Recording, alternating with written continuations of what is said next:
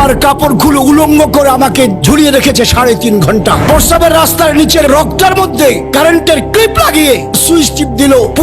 কি ভাই, তাও শিউরে ওঠে তাই না? ছোট্ট একটা ইন্ট্রো ভিডিও দেখি শরীরের পশম দাঁড়ায় দেয় তাই না?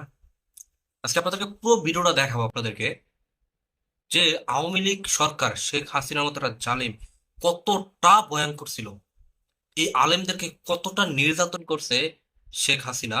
আপনারা যদি এই ভিডিওটা দেখেন তাহলে আপনারা রীতিমতো আপনাদের শরীরের পশম দাঁড়িয়ে যাবে, আপনারা সহ্য করতে পারবেন না যে একজন আলেমকে কতটা নির্মম ভাবে, কতটা অমানবিক ভাবে তারা অত্যাচার করছে, তারা জুলুম করছে একটা আলেমকে ধরে নিয়ে।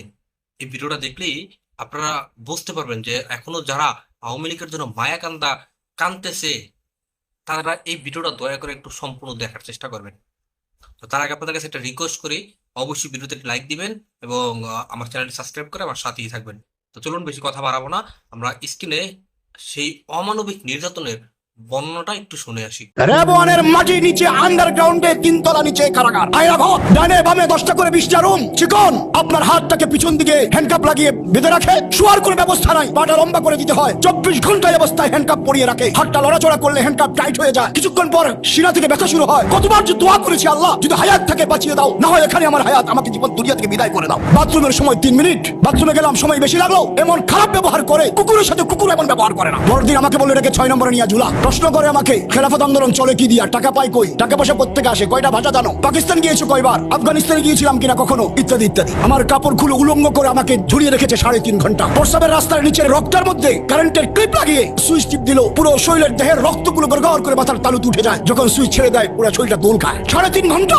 আজ বাংলাদেশে আওয়ামী লীগের এই পতন হওয়ার একমাত্র কারণ, বাংলাদেশের নিরপরাধ ওলামায়ে কেরামকে জুলুম নির্যাতন করে, জঙ্গি নাটক বানিয়ে বানিয়ে আইনা করে নির্যাতন করে তাদের স্ত্রী সন্তানদেরকে বিধবা এদিন করার কারণে আল্লাহর গজব গজব আর গজব।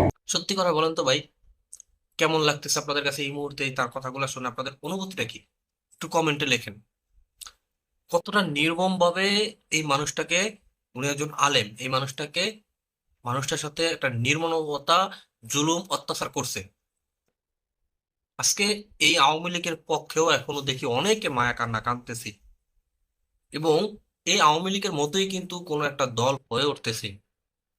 আওয়ামী লীগ কি করছে, তারা ক্ষমতায় 17 বছর থাকার পর, আজকে কিন্তু আমরা এগুলা অনেক জায়গায় দেখি যে তারা ক্ষমতায় আসার আগেই তারা আলেমদের বিরুদ্ধে অলরেডি স্লোগান শুরু হয়ে গেছে, আলেমদের বিপক্ষে কথা বলা শুরু হয়ে গেছে। তো আজকে আওয়ামী লীগ কোথায়? আজকে শেখ হাসিনা কোথায়?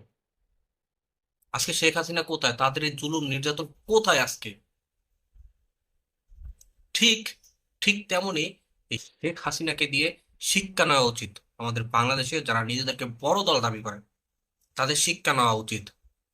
তারাও কিন্তু আলেমদের সাথে বেয়াদবি শুরু করে দিয়েছে, তারাও কিন্তু আলেমদের সাথে এইভাবে আচরণ করা শুরু করে দিয়েছে। তো তাদের আসলে শিক্ষা নেওয়া উচিত, এবং এই জালিম, এমন যে জালিম বাংলাদেশ আর কখনো তৈরি হতে না পারে, সেজন্য আমরা যারা দেশের জনগণ আছি তারা সর্বদা আমরা সতর্ক থাকতে হবে, সর্বদা সচেতন থাকতে হবে, যাতে তাদের মতো জালিম ভবিষ্যতে আর আসতে না পারে এই আমাদের এই দেশে। আমরা কিন্তু অতীতের ইতিহাসগুলো ভুলে যাইনি, এখনো কিন্তু খবরের কাগজগুলো আমাদের চোখে ভাসে, সোশ্যাল মিডিয়ায় ভাসতেছে। তাদের আমলে, যারা বর্তমানে বড় দল দাবি করে বিএনপি, তাদের আমলে কি হয়েছে সেটা কিন্তু এখনো সোশ্যাল মিডিয়ায় ঘুরে। তো সুতরাং আগামীতে আমাদের এই দেশটা হবে ইসলামের দেশ। আগামীতে আমরা ইসলামের হাতে, যারা ইসলাম প্রিয় তাদের হাতে দেশটা তুলে দিব, যাতে হাসিনার মতো এরকম নির্মম আর কেউ হতে না পারে। তো সব শেষে আপনাদের কাছে রিকোয়েস্ট করে আবারও আমার চ্যানেলটি সাবস্ক্রাইব করে আমার সাথেই থাকবেন, এবং ভিডিওতে অবশ্যই একটি লাইক, কমেন্ট, শেয়ার করবেন, এবং পাশাপাশি আপনাদের মূল্যবান মতামত অবশ্যই কমেন্টস জানিয়ে দেবেন। ধন্যবাদ সকলকে।